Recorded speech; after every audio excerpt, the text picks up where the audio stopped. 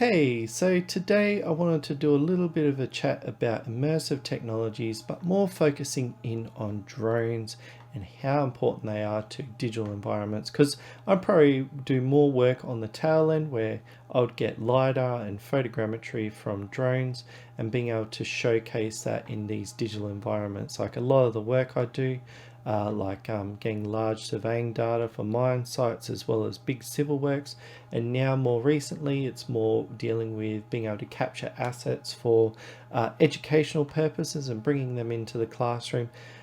These two technologies have a lot of impact, but being able to use drones to capture that large area surveying data as well as from any angle, you're not limited to being stuck on the ground. But being in Australia, there is a few laws that prohibit me from just taking this out and flying it wherever I want, and I don't hold my RePL, so I have to find my own way of practicing and being able to try things. And with practice, like a lot of the drone community do tell you, get a really nice controller and practice with Drone Racing League or Liftoff or any of the other sort of drone simulators to practice with, and like they're really good for like doing your racing as well as like a few tricks.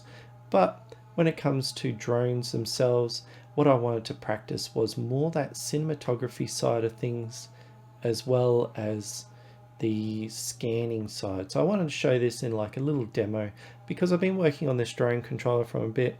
I found some code a while ago to get all the thrusters in that, but I've just been tweaking it to more work with a custom controller as well as building out an environment to practice what I want. And like for that cinematography side, like hitting targets or going through gates when racing, it does help, but when it's a moving target, to like try and keep it in the center of the frame, make sure your camera is nice and smooth or you're not being so jerky on the controls.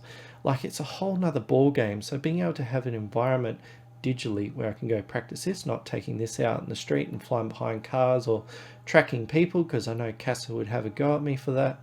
But yeah, I can do that in these types of environments and have as much practice as I want. Like that's one thing I always spruik about digital environments is if you mess up, you can hit a reset button and try again.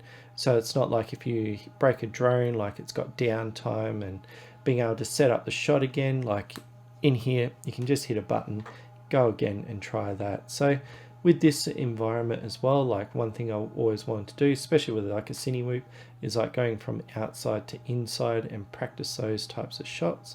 So I've set up a few buildings in here as well. But I wanted to talk a little bit more about the digital side, because when you have access to a drone controller inside of an editor like I have, you got a lot more access to the tools. Like you saw, I had a dynamic object moving through. It's a car, that could be a bike, that could be the car going down the hill in Italy, that big famous scene where you see a lot of those drone shots. But what I found here is because I can record the flight path because I'm inside the editor, if I don't want to have an animation or a flight from a real-time environment, I can capture that as an animation and bring that into my modeling suite. So I can use really nice ray tracing to do a previs animation of a building or a fly through, and then use these camera paths to get that sort of floatiness of a drone flying through the place. So it's not just these static movements. Like you can do some tricks to make drone fly throughs, but yeah, being able to have like an actual fly through of a building or a site and use that in your visualization really does help out. So I feel like this is a training tool. It's also a teaching tool, as well as being able to get data out of this to help with the stuff that I do has been really important. But the other aspect, because like at work I do have access to some handheld LiDAR as well as a few other things, but being able to practice like flying drones to capture LiDAR. So I'll just do a quick flyby so you can see. I built a system in here so I can actually practice how LiDAR actually scans, and attached it to a drone so I can actually practice. Now you probably don't want to do this in aero mode.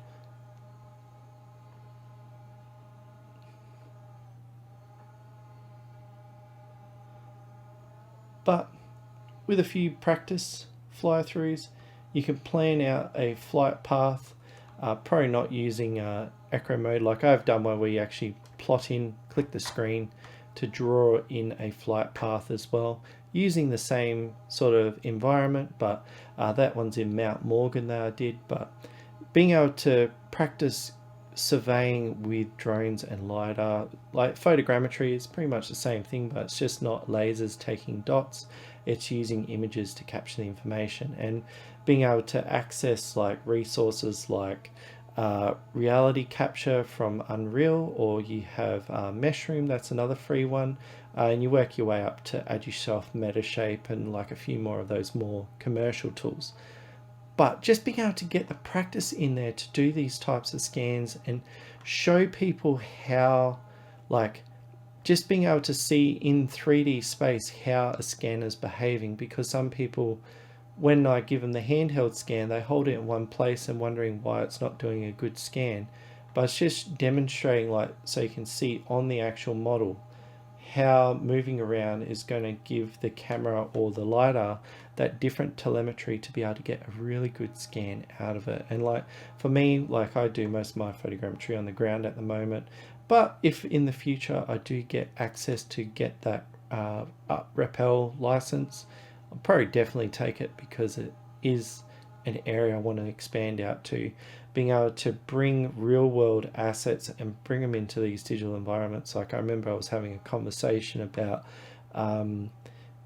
indigenous artworks up north, like there's wasps that go up there and destroy them, and we were having a conversation about that, and I was talking about photogrammetry to be able to capture it, and then we can store it digitally in some sort of URL based 3D viewer, so anyone around the world can experience like indigenous artwork. But that needs all the proper ethics and everything to go with it. But that's how these types of tools can be used to just things that we haven't been able to do before, like cinematography with a drone has made those types of shots so much cheaper to do. Being able to scan things from any angle, it reduces the cost. So being able to get more people skilled with drones is definitely a value add in the future. But really for me, like I just wanted to show off like the things I do with drones and sort of this little drone controller. So if you did like this one and want to see more of it, like I do have more of my immersive technologies videos coming out. So if you're looking for that, I look forward to seeing you next time.